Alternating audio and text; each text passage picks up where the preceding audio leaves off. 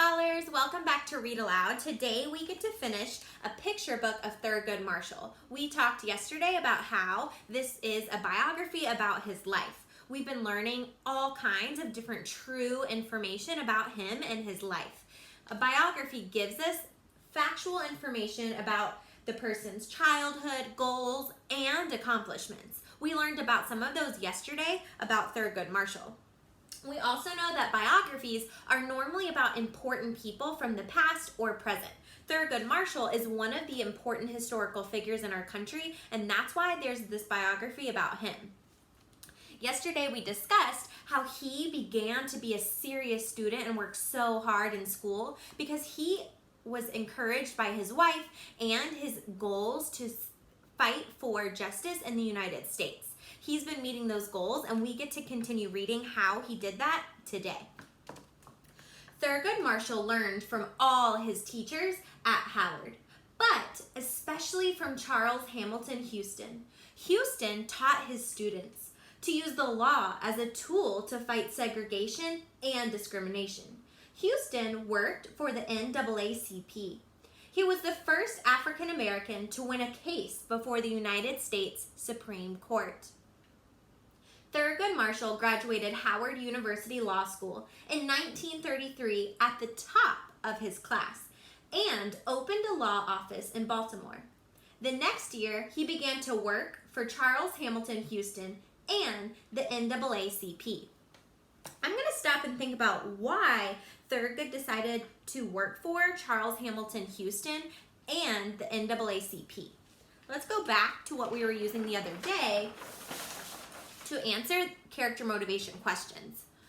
Well, the text said earlier that Thurgood's father told him to fight racist people, and we read that he was in a peaceful protest, and now it says Houston taught his students to use the law as a tool to fight segregation and discrimination. So that makes me think that Thurgood Marshall chose to work for Charles Hamilton Houston and the NAACP because he wanted to fight for justice and equality. In 1935, Thurgood Marshall scored his first victory against segregation. He and Houston argued for the right of Donald Murray, an African American, to be admitted to the University of Maryland Law School. What's at stake here, Marshall told the court, is more than the rights of my client. It is the moral commitment stated in our country's creed. The court ordered that Murray be admitted at once to the school that had refused Thurgood Marshall. 3 years later, in 1938, Thurgood Marshall was made the chief lawyer at the NAACP. Let's think about why Thurgood Marshall decided to take on this case for Donald Murray. What did we learn in the text that could help us figure out his motivation? Well, the text said earlier that he wanted to fight segregation and discrimination. And we learned in the text that Thurgood Marshall had been rejected from Maryland Law School because he was black. So that makes me think Thurgood Marshall chose to be the lawyer for this case because he wanted to fight for justice for a man who was in the same spot that Thurgood had once been in himself. In 1940, Thurgood Marshall argued his first case before the Supreme Court. He represented 3 African Americans who were in jail. They were accused of murder. They had been kept in jail away from lawyers and friends. They were asked questions for 5 days, almost without stop, until they confessed to the murder. Thurgood Marshall argued that the men had been forced to confess. The Supreme Court agreed. Thurgood Marshall had won his first case before the country's highest court. He would win 29 of the 32 cases he tried before the Supreme Court. His greatest court victory came in the case of Brown versus the Board of Education. So the text says that the men were asked questions for 5 days almost without stop. That makes me think that Thurgood Marshall wanted to be the lawyer on this case for those men because he wanted to help the men escape unfair punishment. And also he wanted Black people to be treated more fairly if they were arrested. So Thurgood decided to take this case and fight for justice yet again. Marshall challenged the right of states to have what they claimed were separate but equal schools for Black and white children. He told the court, equal means getting the same thing at the same time and in the same place. Separate schools could not be equal. The Supreme Court agreed with Thurgood Marshall. Chief Justice Earl Warren wrote that to separate a minority group from others solely because of their race may affect their hearts and minds in a way very unlikely ever to be undone. On May 17, 1954, the court ruled to end school segregation. The decision was a turning point in our country's history, a turning away from segregation and the terrible hardships and feelings that came with it. Thurgood Marshall said later that this ruling, more than anything else, helped to wake up African Americans to demand equality. Wow, Thurgood Marshall helped change segregation in schools. We talked earlier about how that was a problem that was going on when Thurgood was a lawyer. So this helps me understand even more why there would be this biography about Thurgood Marshall. He is so important to our country's history, so we needed this text to share all of the details about his life and his work. There was bad news too.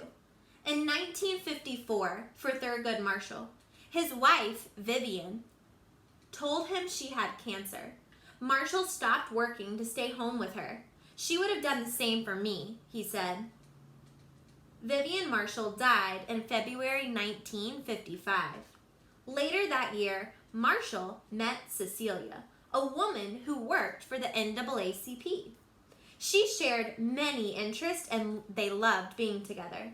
Thurgood and Cecilia married and had 2 sons, Thurgood Jr. and John. Even after Brown versus the Board of Education, the end to segregation did not come quickly or easily. Thurgood Marshall continued the legal battle. He fought in the courts against segregated housing, parks, benches, beaches, restaurants, buses, and trains. He helped with the Montgomery, Alabama bus boycott led by Dr. Martin Luther King Jr. Thurgood Marshall became known as Mr. Civil Rights. In 1961, Marshall was nominated by President Kennedy to be a judge on the United States Supreme Court of Appeals. It took almost a year for the Senate to approve his nomination. 4 years later, President Johnson appointed him the Supreme State Solicitor General, the governor's top lawyer. The government's top lawyer. This time, the nomination was approved in just 1 day. On June 13, 1967, President Johnson nominated Thurgood Marshall to be a justice on the Supreme Court. He was its first African American judge. President Johnson said, "It's the right thing to do, the right time to do it, the right man, and the right place. He deserves the appointment." Thurgood Marshall was on the court for 24 years. He was a sure voice for human rights. He retired in 1991 because of poor health. "I'm getting old," he said, "and coming apart." Justice Thurgood Marshall died on January 24, 1993, at the age of 84. At a memorial service, he was called the most significant lawyer of his time and a true American hero. His casket was placed at the Supreme Court.